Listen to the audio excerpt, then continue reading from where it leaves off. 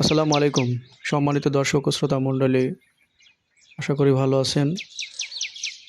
পূর্বের ভিডিওতে কিছু না কিছু পাখি বা অন্যান্য প্রাণী সম্পর্কে কিছুটা তথ্য উপস্থাপন করার চেষ্টা করেছিলাম। তো আজকে নতুন একটা জায়গা সম্পর্কে কিছুটা বলার চেষ্টা করব। জায়গাটার নাম প্রাকৃতিক পরিবেশে গড়ে ওঠা লাউয়াছড়া জাতীয় উদ্যান। অবস্থান কমলগঞ্জ উপজেলা এবং জেলা হচ্ছে মৌলভীবাজার। কিভাবে যাওয়া যায়? দূরত্ব মৌলভীবাজার জেলা হতে 30 কিলোমিটার। পর্যটন সুবিধা: বন বিভাগের একটি রেস্ট হাউস সহ বিভিন্ন পাবলিক রেস্তোরাঁ রয়েছে। এছাড়া রয়েছে পায়ে চলা ট্রেইল, ইকো গাইড, তথ্যকেন্দ্র সহ অন্যান্য সুবিধা। লাউয়াছড়া এক মায়াবী মিশ্র চিরহরিত বন, যা দেশের অন্যতম রেইন ফরেস্ট বা বর্ষা বন হিসাবেই পরিচিত।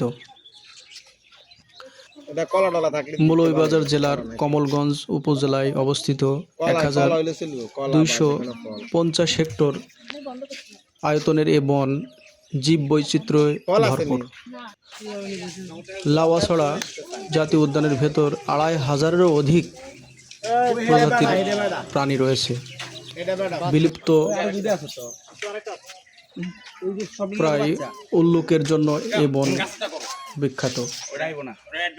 এছাড়াও এখানে রয়েছে পৃথিবীর বিভিন্ন প্রজাতির দুর্লভ ও বিলুপ্ত প্রায় জীবজন্তু, কীটপতঙ্গ, উদ্ভিদ আর অর্কিড নামে অন্যান্য বৃক্ষ রয়েছে।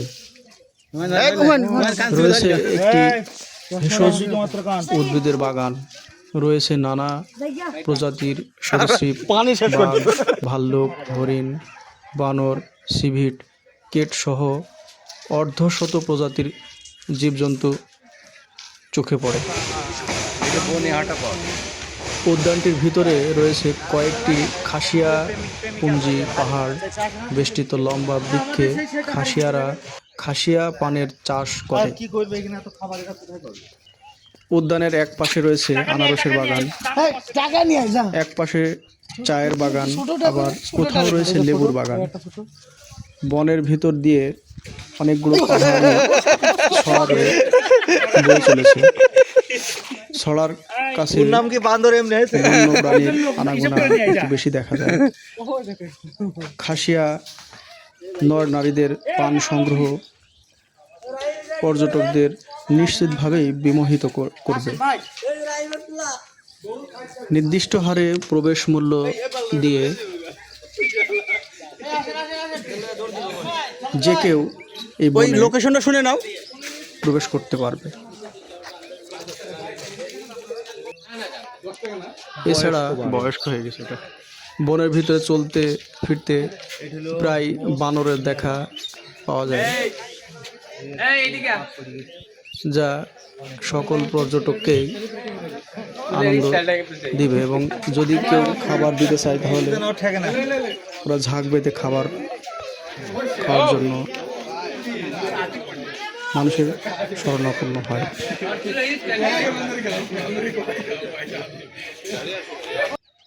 এছাড়া উদ্যানের এক পাশে রয়েছে আনারসের বাগান, এক পাশে চায়ের বাগান সহ আরও অনেক আকর্ষণীয় স্পট।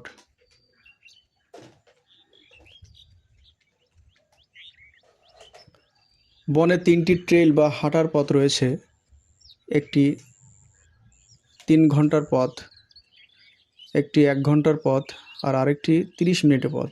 পুরো ন্যাশনাল পার্কটি শ্রীমঙ্গল, ভানুগাছ, পাকা মহাসড়ক ও সিলেট আখাউড়া রেলওয়ে সেকশনের রেল লাইন দ্বারা 3 খণ্ডে বিভক্ত। কিন্তু রেল লাইন ও পাকা সড়ক দ্বারা বিভক্ত হলেও উদ্যানের ভেতর তেমন কোনো বাড়িঘর নেই। প্রকৃতিকে বিভক্ত না করে প্রশিক্ষিত গাইডের সহায়তায় বনের এক পাশের ভেতরে পর্যন্ত যাওয়া যায়। বনের ভিতর দিয়ে ট্রেন লাইনেরও ব্যবস্থা আছে। যা পর্যটককে আকর্ষণ করে।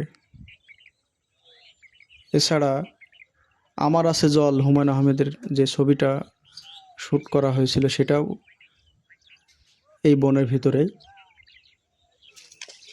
তো দেখে যে কারো ভালো লাগবে। ও পিছনে না ডাকলে কিছুই হয় না, কিছুই হয় না। এই ছিল আজকের না ডাকলে কিছুই হয় না।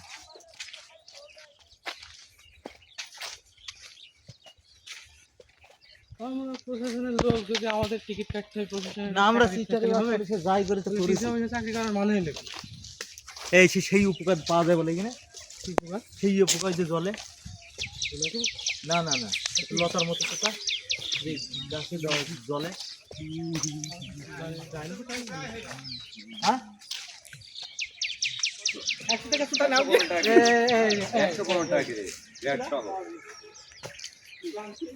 ভাই একটু দয়া করে নিচে মামা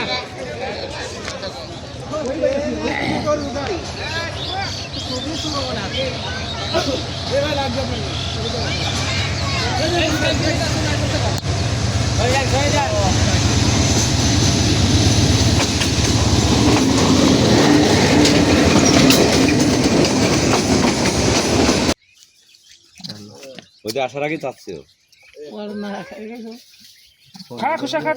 কতগুলা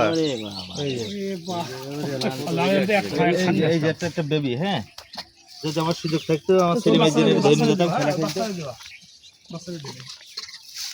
ওরে সব চলে আসছে মেলা রেস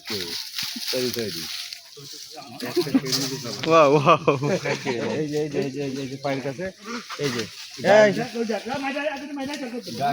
এইটাকে এই এদা এদা টাকা টাকা এই যে এই যে এই যে এই যে এই যে এই যে ওদের ভয় নেই, না এরা হলে মানুষের সাথে মিশে গেছে। এটা কলা নিয়ে আসতো।